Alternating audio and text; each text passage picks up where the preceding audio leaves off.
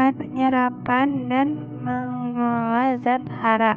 2. Organisme tanah. Tanah terdapat miliaran bahkan triliunan organisme. Organisme tanah pada umumnya berada di lapisan tanah bagian atas, kurang lebih 10 cm di bawah permukaan tanah. Sekitar 80 hingga 100% aktivitas biologis yang terjadi di tanah.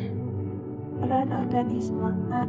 Dekomposer. Organisme tanah dapat melakukan dekomposisi atau menguraikan bahan-bahan organik yang berasal dari sisa makhluk hidup, daun-daun yang telah jatuh ke tanah, ranting-ranting, dan jasad hewan yang telah mati akan diuraikan menjadi organik. Reaksi kimia dalam tanah. Reaksi penguraian materi organik kompleksi yang berasal dari sisa makhluk hidup menjadi senyawa nitrat, senyawa yang disebutkan oleh tumbuhan. Penguraian polutan dalam tanah. Organisme tanah dapat berperan sebagai agen biologis yang mampu membersihkan polutan dalam tanah. D. Pencegahan penyakit tanah. Pada kondisi normal, ketika tanah memiliki jumlah nyawa yang organik dan aktivitas organisme yang tinggi, maka organisme tanah dapat melawan organisme penyakit yang masuk ke tanah. E. Memberi pengaruh pada tekstur tanah. Jenis tanah dapat ditentukan berdasarkan jumlah butiran penyusun yang paling banyak terdapat pada tanah tersebut.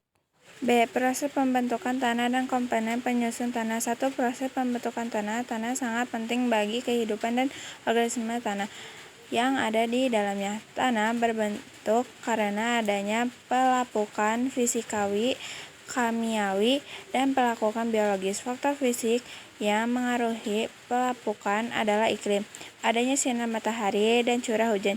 Jenis vegetasi tumbuhan juga mengaruhi proses pembentukan tanah.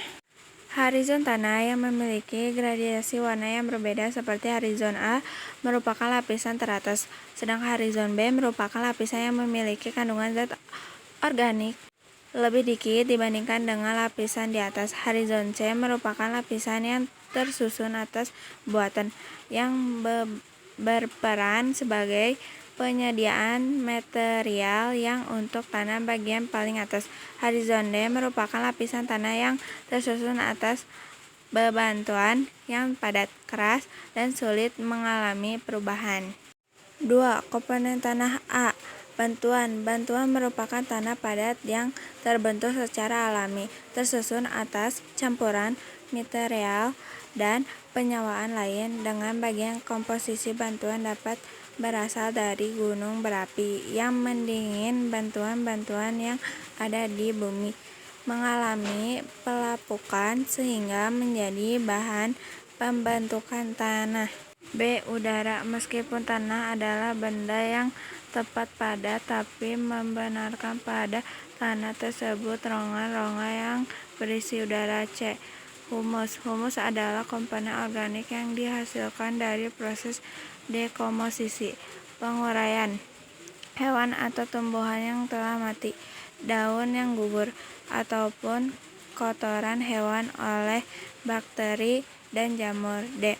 Air. Air diserap oleh tumbuhan setelah air menembus tanah dan mencapai akar. E. Mineral.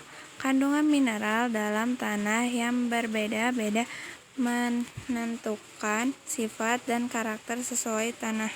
C. Upaya menjaga kelestarian tanah. 1. Mengelola tanah menggunakan tanaman penutup tanah dan pengolahan miring untuk menguraikan erosi. Upaya menjaga agar nutrisi yang mineral penting dalam tanah tidak terbawa oleh aliran air akibat erosi dapat dilakukan dengan menggunakan tanaman penutup atau melakukan reboisasi.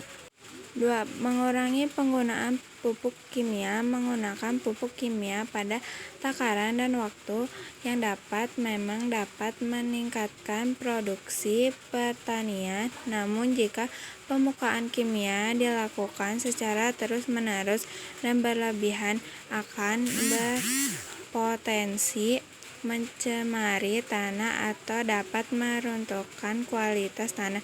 Upaya untuk mengurangi dampak penggunaan pupuk kimia adalah dengan menggunakan pupuk organik. Sekian, terima kasih.